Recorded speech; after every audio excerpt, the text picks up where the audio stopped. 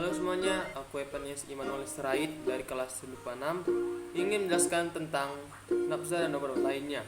Sebelum masuk ke pembahasan, kita harus mengetahui latar belakang nafza dan obat-obat lainnya. Nafza atau narkotika, psikotropika, dan zat adiktif lainnya bukan lagi masalah baru di Indonesia. Begitu pula hampir setiap orang sudah sangat paham bila penyalahgunaan nafza sebagian besar dilakukan oleh remaja.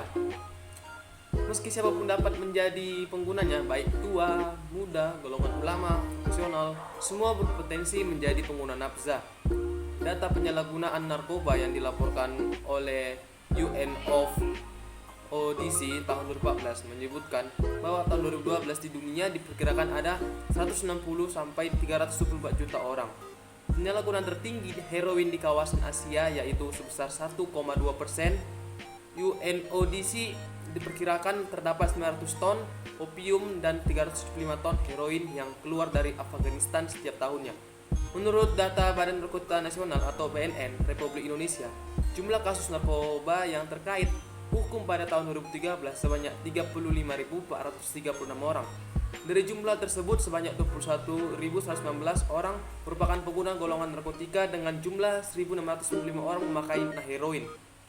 Usia terbanyak adalah 26 tahun sampai 40 tahun. Jumlah ini meningkat dibanding dengan data yang disajikan oleh BNN mengenai jumlah kasus narkoba pada tahun 2019 sebanyak 29.526 kasus dengan pemakaian heroin sebanyak 699 kasus pada narkotika 2014. Oke, kita lanjut ke pembahasan. Yang itu nafza.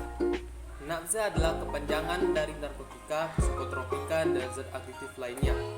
Nafza adalah zat adiktif yang mengaruhi kondisi kejiwaan atau psikologi seseorang, baik melalui pikiran, perasaan, dan perilaku, serta dapat menimbulkan ketergantungan fisik maupun psikologi. Yang termasuk dalam nafza adalah narkotika, psikotropika, dan zat adiktif lainnya. Adapun dampak negatif nafza, bila narkoba atau nafza digunakan secara terus-menerus atau melebihi takaran yang telah ditentukan, akan mengakibatkan ketergantungan. Kecanduan inilah yang akan mengakibatkan gangguan fisik dan psikologis karena terjadinya kerusakan pada sistem syaraf pusat atau SSP dan organ-organ tubuh seperti jantung, paru-paru, hati, dan ginjal. Dampak penyalahan narkoba atau nafza pada seseorang sangat tergantung pada jenis nafza yang dipakai, kepribadian pemakai, dan situasi atau kondisi pemakai.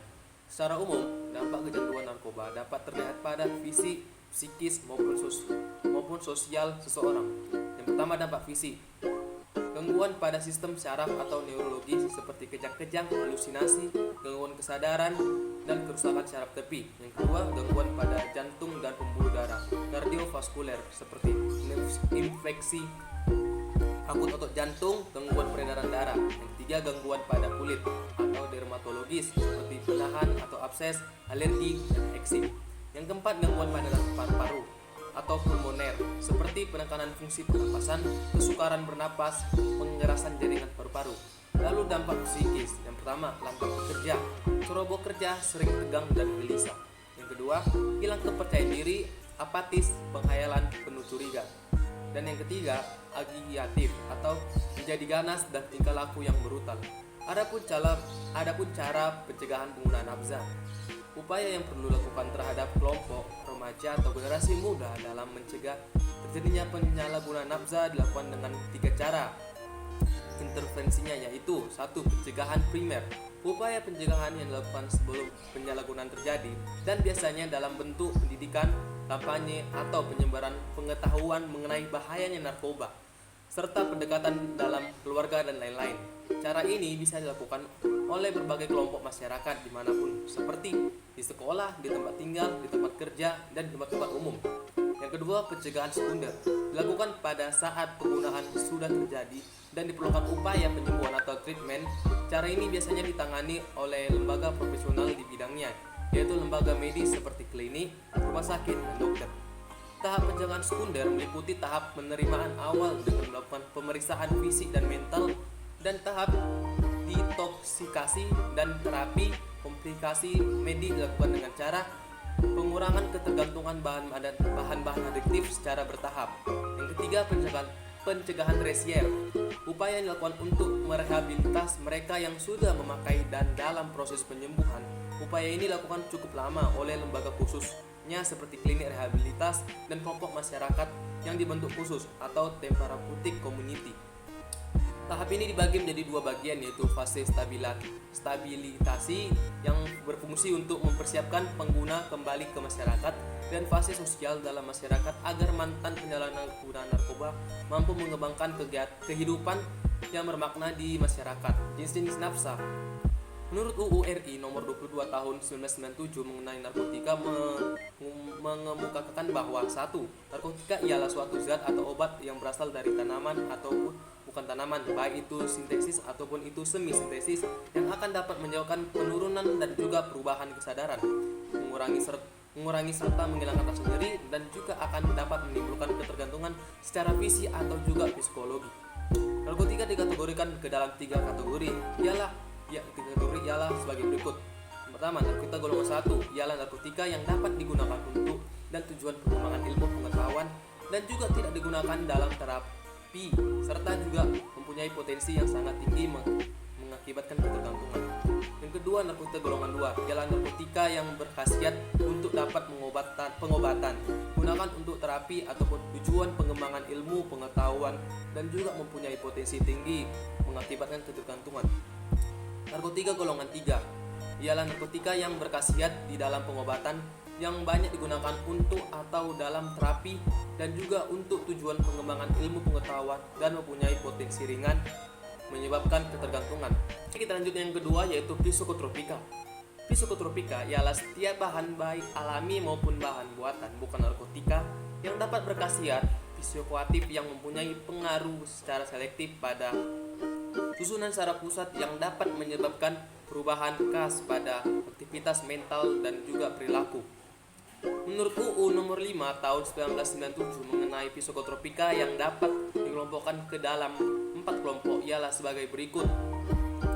Yang pertama, psikotropika golongan 1 ialah psikotropika yang hanya digunakan untuk tujuan ilmu pengetahuan dan juga tidak digunakan dalam terapi, serta juga mempunyai potensi yang amat kuat untuk mengakibatkan sindroma ketergantungan. Psikotropika golongan 2 ialah psikotropika yang berkhasiat untuk pengobatan dan juga dapat digunakan dalam terapi serta atau untuk tujuan ilmu pengetahuan dan juga mempunyai potensi kuat menimbulkan ketergantungan. Psikotropika golongan 3 ialah psikotropika yang berkhasiat dalam pengobatan dan juga banyak digunakan dalam terapi dan untuk tujuan ilmu pengetahuan dan juga mempunyai potensi sedang menyebabkan ketergantungan. Yang terakhir adalah psikotropika golongan 4 ialah psikotropika yang mempunyai khasiat dalam pengobatan dan juga sangat luas digunakan dalam terapi serta untuk tujuan ilmu pengetahuan dan mempunyai potensi ringan mengakibatkan ketergantungan. Yang terakhir adalah zat adiktif. Zat adiktif ialah bahan lain yang bukan narkotika maupun psikotropika yang merupakan suatu inhalasi yang penggunaannya akan dapat menimbulkan ketergantungan. Pada Kepres tahun 1997, minuman yang mengandung etanol yang diproses dengan bahan asli pertanian yang mengandung suatu karbohidrat dengan cara fermentasi serta destilasi ataupun fermentasi tanpa destilasi, ataupun yang diproses dengan mencampur konsentrat dengan etanol maupun dengan cara pengecaran minuman mengandung etanol. Minuman beralkohol tersebut dibagi menjadi 3 kelompok sesuai dengan kadar alkoholnya, ialah sebagai berikut. Yang pertama, golongan A ialah minuman beralkohol dengan kadar etanol ialah 1% sampai 5%. Yang kedua, golongan B ialah minuman beralkohol dengan kadar etanol ialah 5% sampai 20%. Sedangkan golongan C ialah minuman beralkohol dengan kadar etanol ialah 20% sampai 55%. Dan dari pembahasan di atas, adapun kesimpulan dan saran saya tentang nafsa dan obat-obat lainnya.